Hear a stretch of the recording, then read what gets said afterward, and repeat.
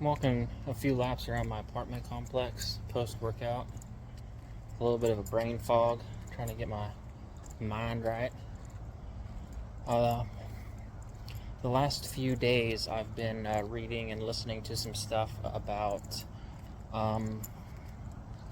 Peter Pan complex, that sort of thing. Everybody's heard of it, or, the man-child concept.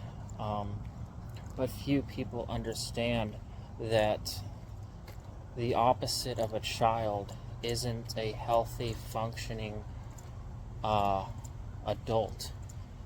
The opposite of the puer is the cynics. You have to incorporate both to be healthy psychologically. Or so they say. That's what Jung says, and some dudes a whole lot smarter than I am. Oh, there's my lighting. Adios. But a lot of it hits home for me, and it's interesting.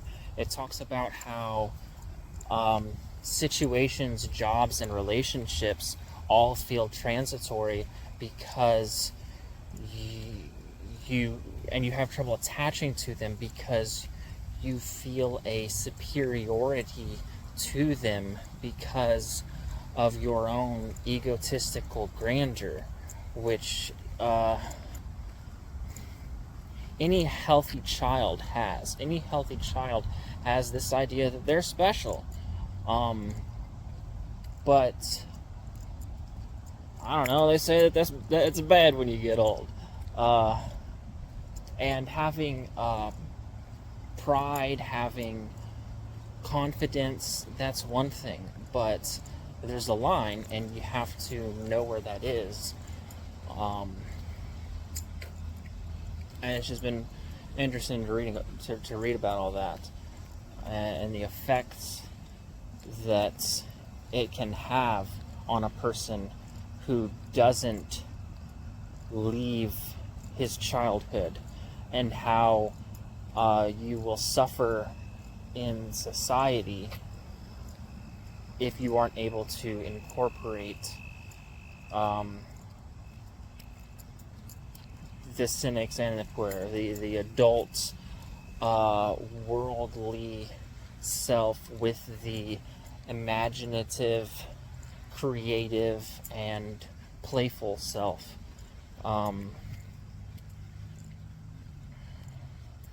Nietzsche, I guess, said, when I'm in the world, when I'm in society, in the crowd, I act and think as the crowd. But with time, I begin to hate them as they judge and destroy my inner self, and I need to retreat to the desert, to heal. And I kind of relate with that as well, with the desire to have relationships, but also needing to have to retire and have my introverted time alone kind of thing. How you doing, man? Been a whole lot more I've been thinking about, and reading about the last few days, and it's been crystal clear, but for whatever reason, post-workout, I get foggy. But the path out of that Peter Pan shit is work. It's committing yourself to a craft and an idea and sticking with it regardless of how you feel about it, which is convenient because that's kind of what I've been doing lately. It's common for people who don't grow up to be able to keep a job or have plenty of jobs, but they are never able to fully devote themselves to it because it's just a job, because they feel transitory, because they feel superior to that position they're in. And because, I don't know. Sounds really smart when I read it.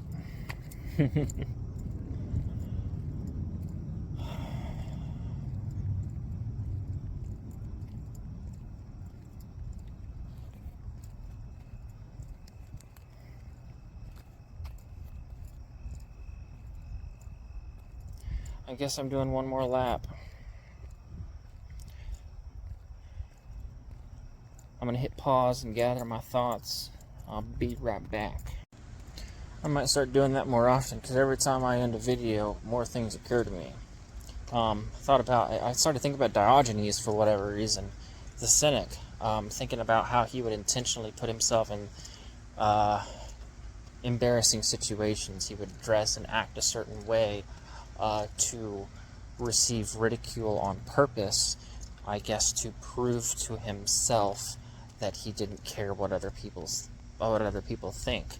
And that in and of itself is childish. Think of how adolescents, teenagers, they want to dress different. They want to show how different they are. They want to represent their individuality, whereas an adult understands that that's what they are, but they can dress and be as others are without feeling like they are losing themselves in the crowd. Some people do lose themselves, but that's something else. I don't know if it was Nietzsche or Jung that said it, that you have to become a part of the herd without losing yourself, and that's dangerous. But the solution to danger often includes danger. So